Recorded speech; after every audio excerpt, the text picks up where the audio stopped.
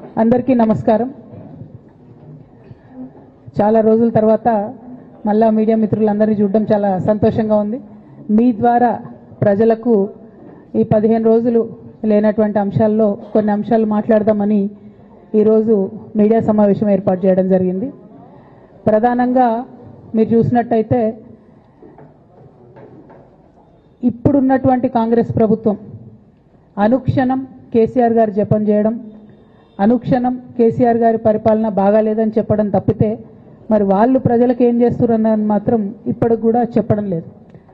అన్ని రకాలుగా ప్రజల్ని ఫెయిల్ చేసి నిన్న మొన్న వరదలు వస్తే కూడా కనీసం ప్రభుత్వం ఆదుకోలేనటువంటి దయనీయమైనటువంటి పరిస్థితిలో ఉన్నది. అంతేకాదు మేమందరం ఎంపీలుగా పనిచేసినటువంటి అనుభవం ఉంది. కేసీఆర్ గారు అయితే యూరియా కోసం మమ్మల్ని 6 నెలల ముందు నుండి చేజ్ చేసేవాళ్ళు. మీరందరూ వెళ్ళండి, తీసుకురండి, మంత్రుల్ని కలవండి, యూరియా ముందే తెచ్చుకుందాం, స్టాక్ పెట్టుకుందాం అని చెప్పి.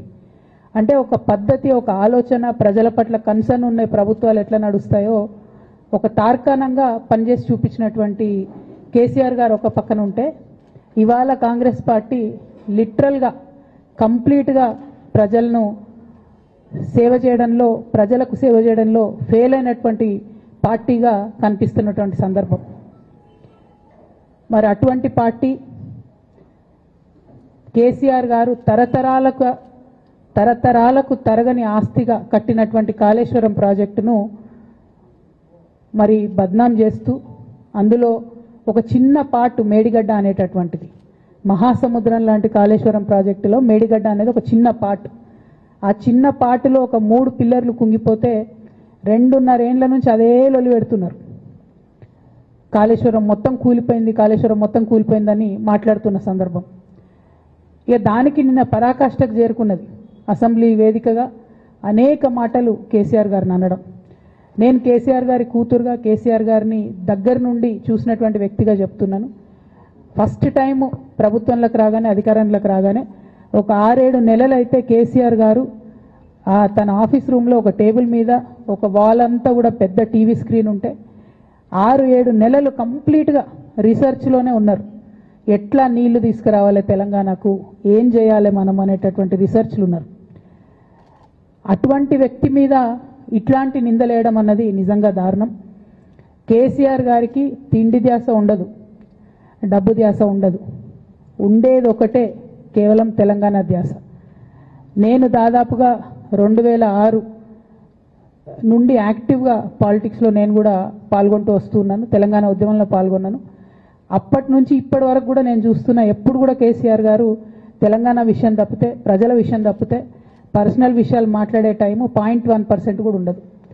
అటువంటి ఒక మహానేత మీద, అటువంటి ఒక మహానాయకుడి మీద ఇన్ని అబాండాలు వేస్తూ, దాన్ని రోజుకొక రీతిగా చెప్పుకుంటూ, మాట్లాడితే చాలు కేసీఆర్ అవినీతి చేసిండు, మాట్లాడితే చాలు కేసీఆర్ ఏదో 1,00,000 కోట్లు దోసుకున్నాడు, నిజాం కన్నా రిచ్ అవ్వాలనుకున్నాడట.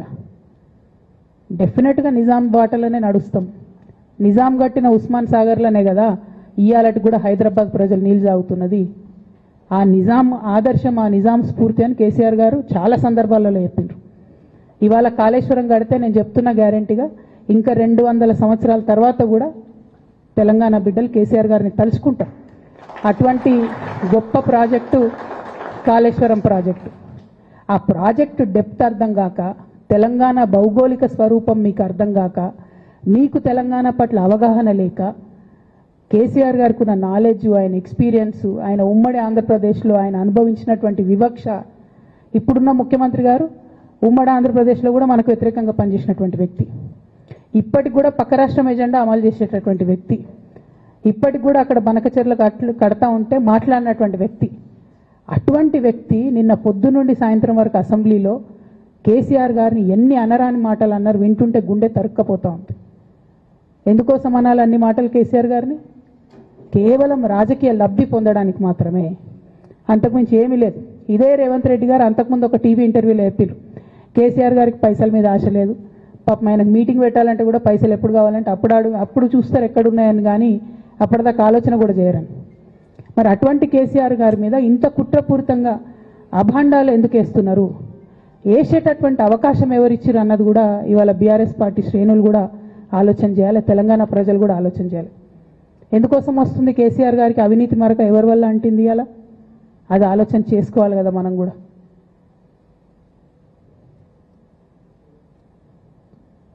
కొంతమంది కేసీఆర్ గారి పక్కన ఉన్నటువంటి వాళ్ళు కేసీఆర్ గారి పేరు చెప్పుకొని అనేక రకాలుగా లబ్ధి పొంది వారు చేసినటువంటి అనేక చెత్త పనుల వల్ల ఇవాళ కేసీఆర్ గారి పేరు బద్నామయ్యే పరిస్థితి వచ్చింది.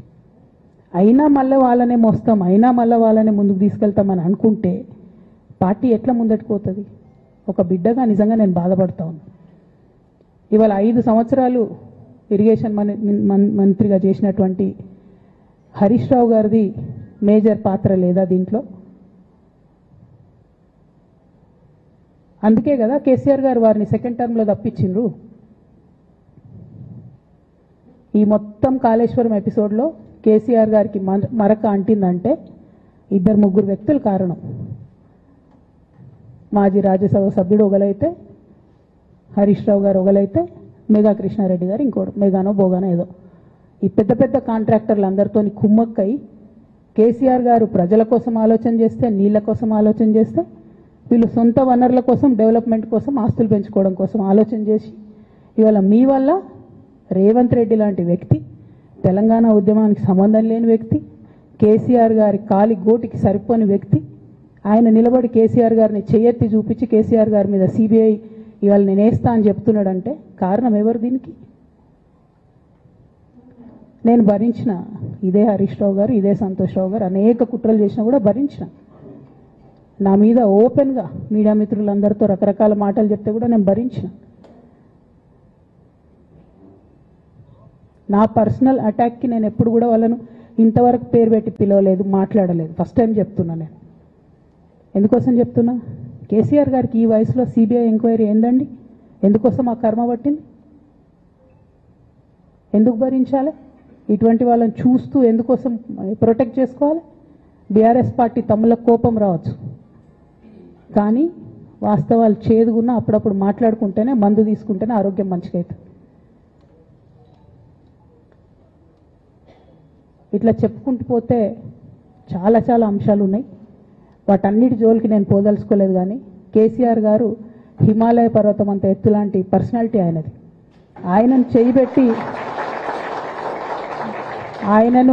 చేయబెట్టి చూపించి అవినీతి అని అంటే నిజంగా చాలా బాధ అవుతా ఉన్నది. ఎందుకంటే నా పెళ్ళప్పుడు నా పెళ్లి చేయడానికి కూడా ఇబ్బంది పడ్డటువంటి వ్యక్తి ఆయన. రాజకీయాలలో 40-50 ఏళ్ళు ఉంటే కూడా ఆస్తులు సంపాదించుకోలే కేసీఆర్ గారు. అనేక మంది అలా మాట్లాడుతుంటారు, చాలా మాటలు మాట్లాడుతుంటారు. కానీ నాకు తెలుసు, నేను దగ్గరుండి ఆర్థిక పరిస్థితి చూసిన కాబట్టి ఎన్నడూ ఆయనకు ఆశ లేదు. అటువంటి మనిషిని పట్టుకొని సిబిఐ ఎంక్వైరీ ఇస్తాం, ఇదేస్తాం, అదేస్తాం. ఎవరు కారణం దీనికి అంతటికి? ఈ చేతగాని కాంగ్రెస్ ప్రభుత్వం మీ ఏసీబీ వాళ్ళు పోయి కాళేశ్వరంలో పనిచేసిన 3 ఇంజనీర్లను పట్టుకుంటే ఒక్కొక్క ఇంజనీర్ దగ్గర 100 కోట్ల ఆస్తులు వెళ్తే మీకు ఎందుకు ఎంక్వైరీ చేసే దమ్ము లేదు? వాళ్ళు వెనకాల ఎవరున్నారో ఎందుకు ఎంక్వైరీ చేస్తలేరు? ఖచ్చితంగా నేను ఇవాళ చెప్తా ఉన్నా, హరీష్ రావు గారు వెనక, సంతోష్ రావు గారు వెనక రేవంత్ రెడ్డి గారు ఉన్నారు. వాళ్ళని ఖచ్చితంగా కాపాడతారు అన్ని విషయాలను. వాళ్ళని ఏమనరు, వాళ్ళ గురించి ఏం మాట్లాడరు. బాణం ఎంతసేపు కేసీఆర్ గారి మీద ఉంటుంది. కేసీఆర్ గారిని మాట్లాడాలి, కేసీఆర్ గారిని బదనాం చేయాలి. కానీ దగ్గరుండి ఈ అవినీతి అనకొండలు బీఆర్ఎస్ పార్టీని ఏదైతే డిస్టర్బ్ చేసిండ్రో వాళ్ళని మాత్రం ఏమన్నారు. ఈ ఇంటర్నల్ అండర్స్టాండింగ్ అనేది ఎక్స్పోజ్ కావాలి. రేపటి నుంచి నేను ఛాలెంజ్ చేసి చెప్తున్నా కదా, రేపటి నుంచి ఏం మాట్లాడతారు తెలుసా? ఈ మొత్తం బ్యాచ్లన్నిటికీ సోషల్ మీడియా బ్యాచ్లు ఉన్నాయి. వీళ్ళందరికీ బాగా చాలా చాలా బ్యాచ్లు ఉన్నాయి.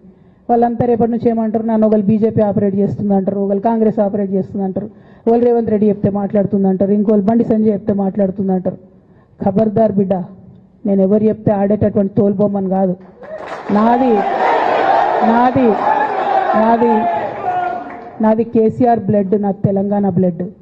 ఇండిపెండెంట్గా నేను అనుకున్న విషయాన్ని చెప్తున్నాను. దానికి పొలిటికల్గా ఇబ్బంది అయినా, కష్టమైనా, నష్టమైనా నేనే భరిస్తా. కానీ దేవుళ్ళ లాంటి మా నాన్నను ఇవాళ సిబిఐ ఎంక్వైరీ చేసిండ్రంటే కడుపు రగులుకపోతా ఉంది ఒక బిడ్డగా. అందుకే చెప్తున్నా, ఇన్ని రోజులు చెప్పలే.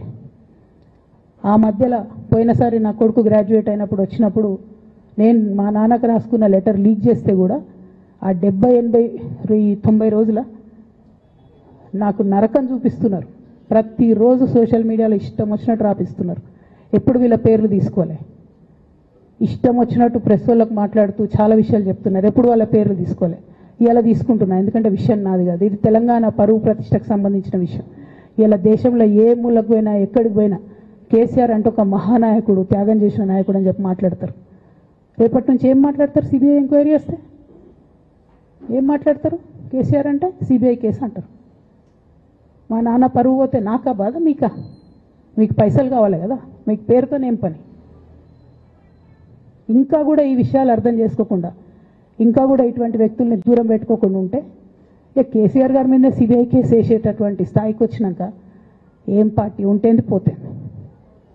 బీఆర్ఎస్ పార్టీ నాయకులు నన్ను తిట్టుకున్నా సరే, లోకల్ బాడీ ఎన్నికలలో నాకు నష్టం జరుగుతుంది అనుకున్నా సరే, మా నాన్న మీద సిబిఐ ఎంక్వైరీ పడ్డాక ఏముంది, తొక్కల ఎలక్షన్ ఒకటి గెలుస్తారు, ఒకటి ఓడిపోతారు.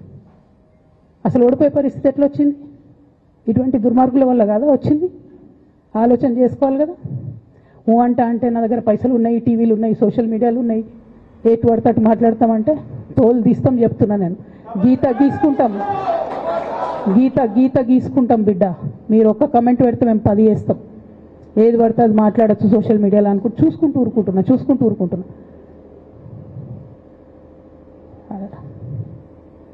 పెద్ద సార్ దగ్గరకు వచ్చినాక ఇక కాంప్రమైజ్ అయ్యేది ఏం లేదు. ఘోష్ కమిషన్ వేసిన రోజే నేను చెప్పిన, ఎందుకు రియాక్ట్ కాలేదు పార్టీ అని అడిగిన ఆ రోజునే. నిన్న సిబిఐ ఎంక్వైరీ వేస్తున్నా అని రేవంత్ రెడ్డి గారు అసెంబ్లీలో చెప్తే తెలంగాణ బంద్ ఖాళీ వద్దా, బగ్గు మనొద్దా తెలంగాణ? ఎట్లా మాట్లాడతారు? నిజంగానే మనిషి అవినీతి అయితే, నిజంగానే మనిషి డబ్బులు తినోడైతే వేరు మాట. ఆయనకు తిండి మీద కూడా ధ్యాస ఉండదా బాబు? తెలంగాణ అదే పిచ్చి. అట్లాంటి మనిషిని పట్టుకొని ఇవాళ ఏది పడితే అది మాట్లాడితే కూడా రియాక్ట్ కాకపోవడం చాలా దారుణం, చాలా దారుణం.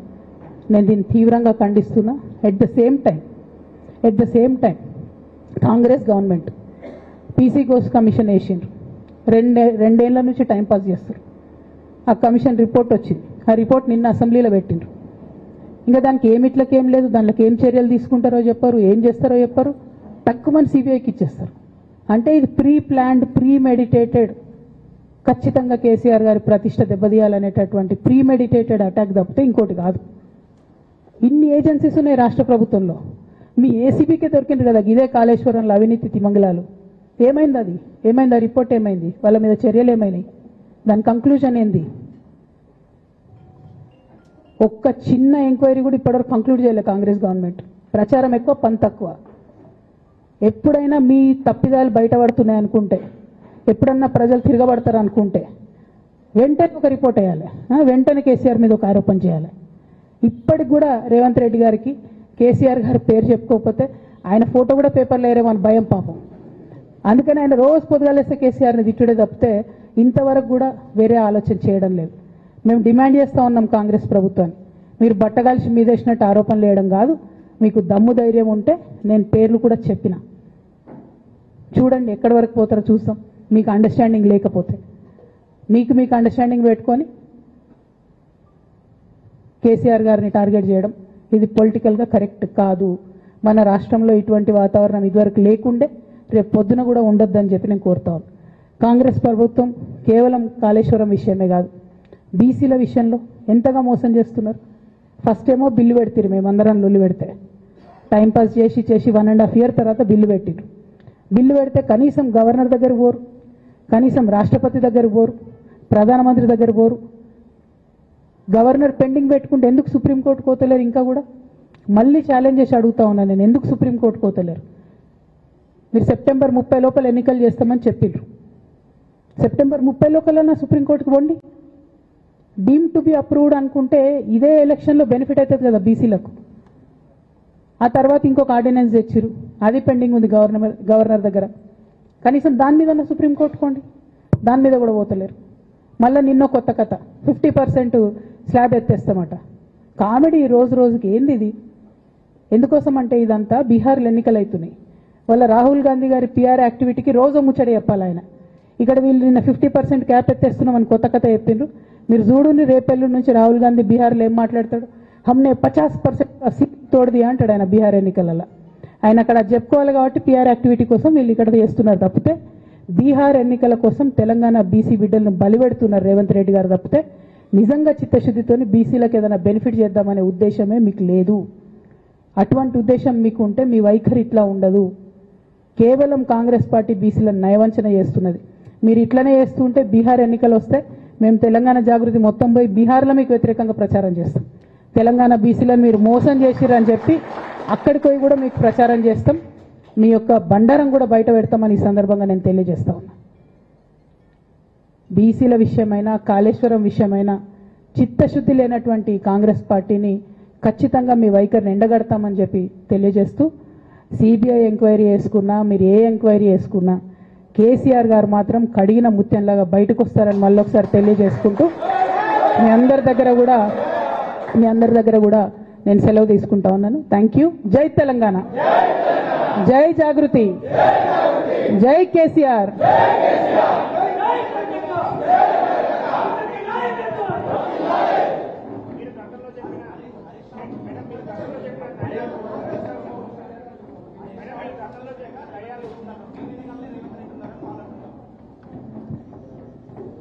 జై తెలంగాణ. Thank you.